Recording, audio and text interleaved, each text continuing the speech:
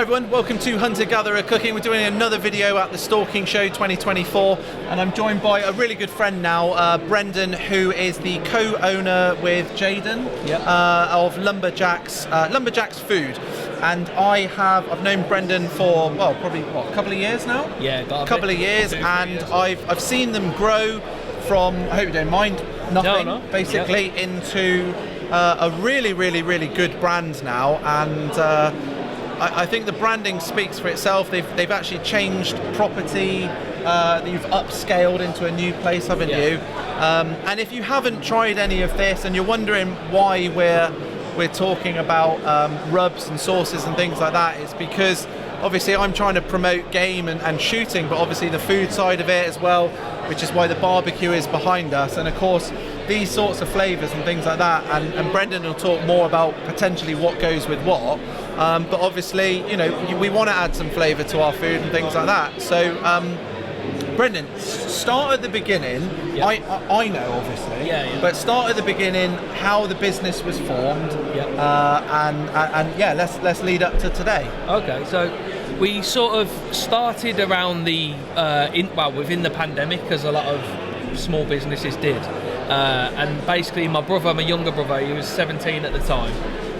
He said he wanted to start a business. He's training to be a pilot. I was just like, what do you fancy doing? And he said, I don't really know. So we toyed with ideas. We'd always go to my nan and granddad's house to do barbecues and stuff.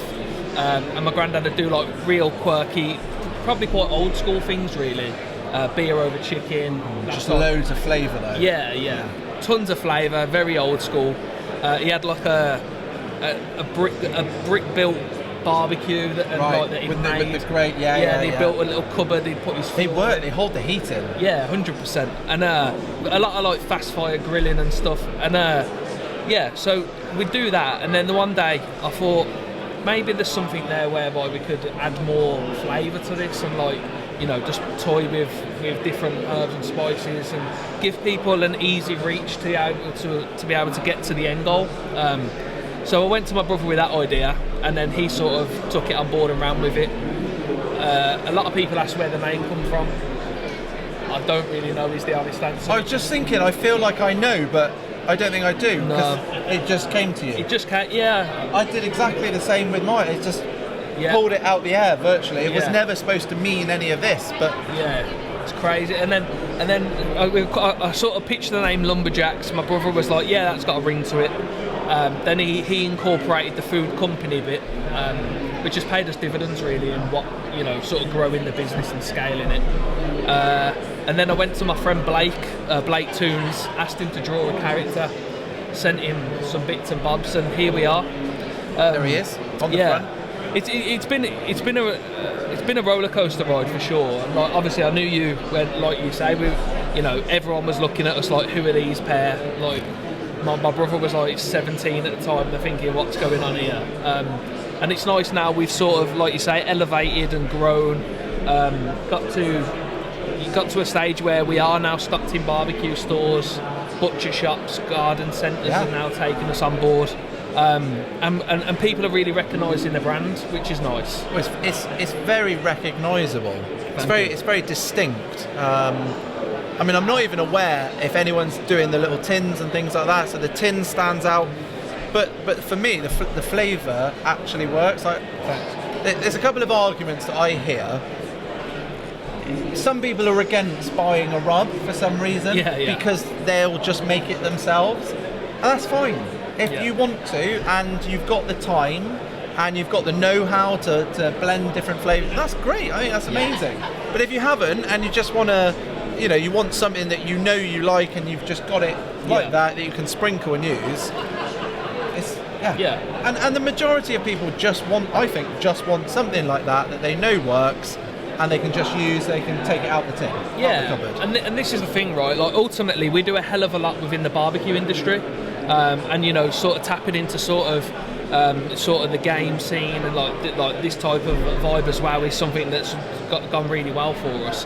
But ultimately, we want a product where your barbecue person can use it, but also, your everyday person could perhaps put that over a load of chicken, put it in an air fryer, use it in a oven, and it's going to work. So we keep our salt and sugar content as low as possible. Right. Because in my mind, I'd rather you cook with that and then add salt to your taste than it be full of salt and you can't rectify that to your taste buds, really. I made a horrific decision one day that I completely misunderstood what I thought this rub was. Yeah. And it turns out it was not a rub at all.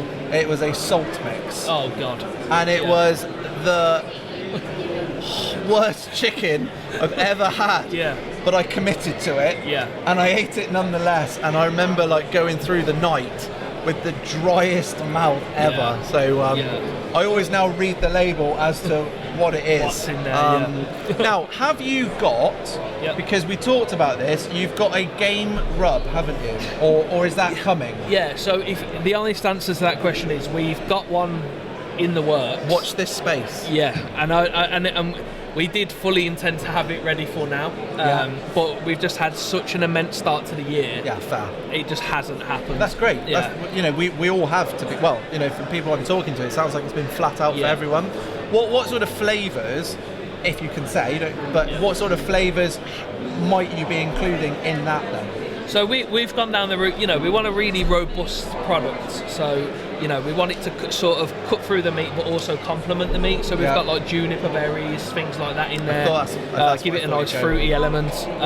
But yeah, like a really sort of robust product as well. That's the thing, I think it's so amazing, but ultimately me and Jaden, we sort of create a product and then we release that product into the world.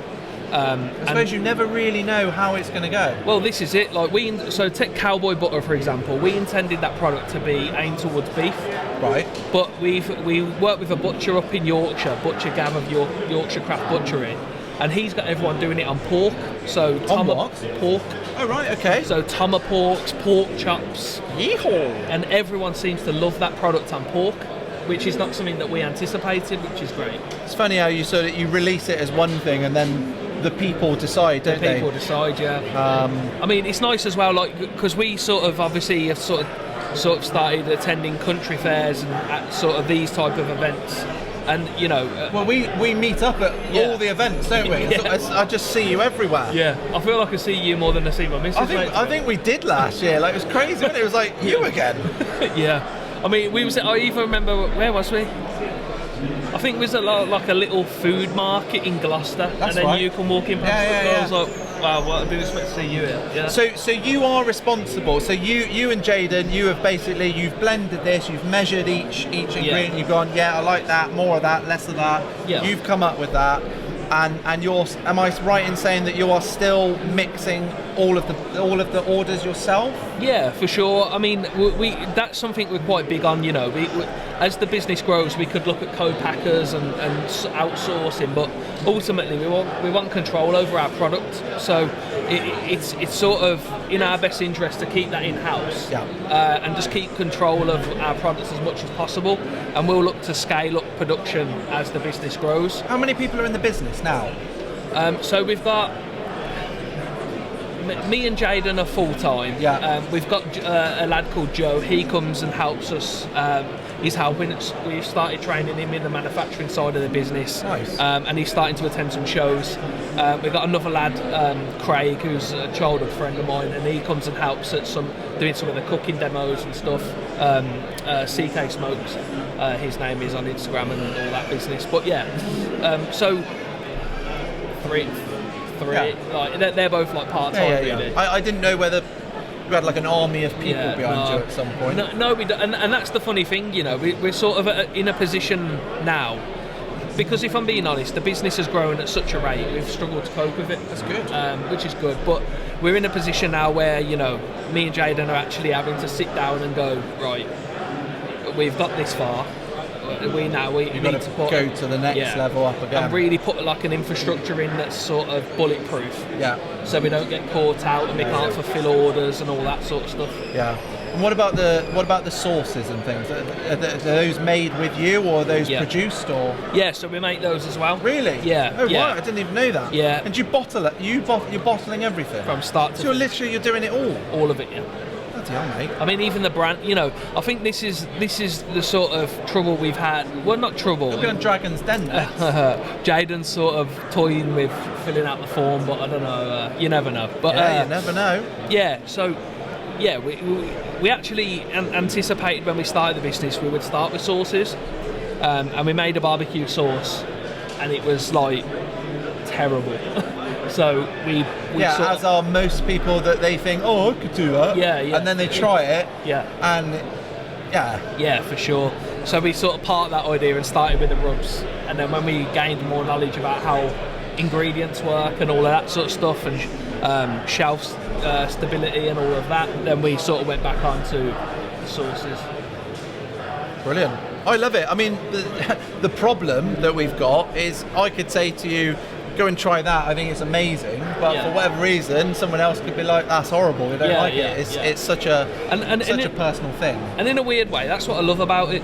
You know, so it's like if someone goes, oh, I don't like that, well, why don't you like it? Well, it's got too much pepper. Okay, that thank you for your feedback. That doesn't mean it's wrong. No. It doesn't mean it's wrong, it's just that one person thought it had too much pepper.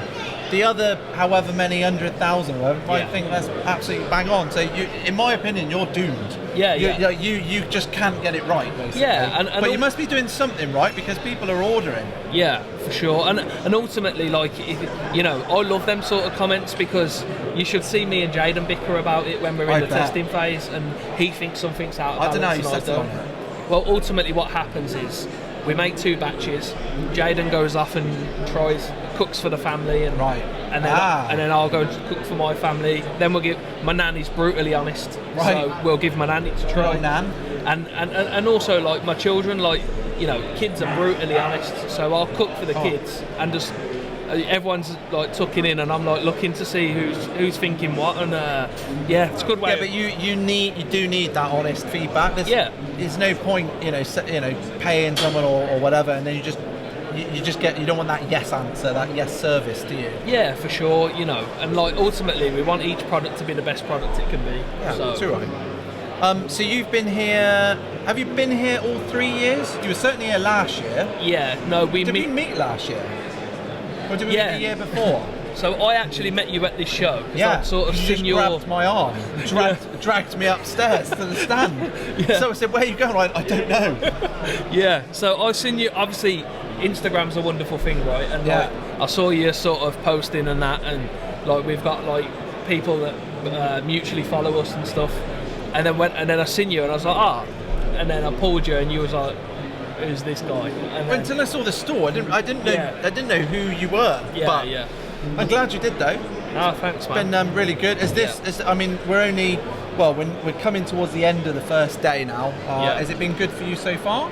Yeah, for sure. I mean, we've sort of, you know, we're a different business now from what we was last year. Yeah. And I suppose the intention is to become a different business next year to what we are now. Yeah. You know, we've sort of done a rebrand. We've now got we've sort of done a rebrand, which means we've now got a backyard barbecue sauce that pairs with the barbecue rub. We brought gift boxes out. People are a lot more.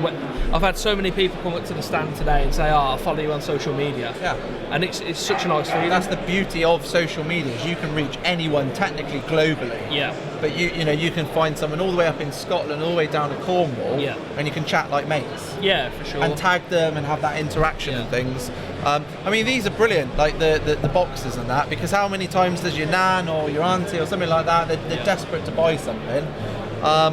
They're doing, like, we obviously when we sort of sell into consumer, they're really good for us, and they are a nice package, like say as a gift and something like that, and even stockists are starting to take on the gift boxes now, and they're doing really well with them. But I think as the year progresses, you know, Christmas period, I think we'll have a blinder with those, to be honest. Definitely. No, you definitely will. Well, thank you very much for coming on. I would strongly suggest anyone, if you haven't tried these, I really would give them a go. If you happen to be at the Stalking Show, obviously this is going to come out sort of after it's all done, but hopefully the people at the show will be buying these, but you're also at different food events and things, so give them a follow on Instagram. I'll put all the handles and things like that in the description. And if you have any questions, I mean, I don't know what questions you can have about rubs and things, but if you do, drop them in the comments. I'll come back to you as soon as I can. I hope you've enjoyed this video. I hope you've enjoyed meeting Brendon and sort of finding out about the business. Give the video one of those, subscribe, and we'll see you for the next video. Thank you.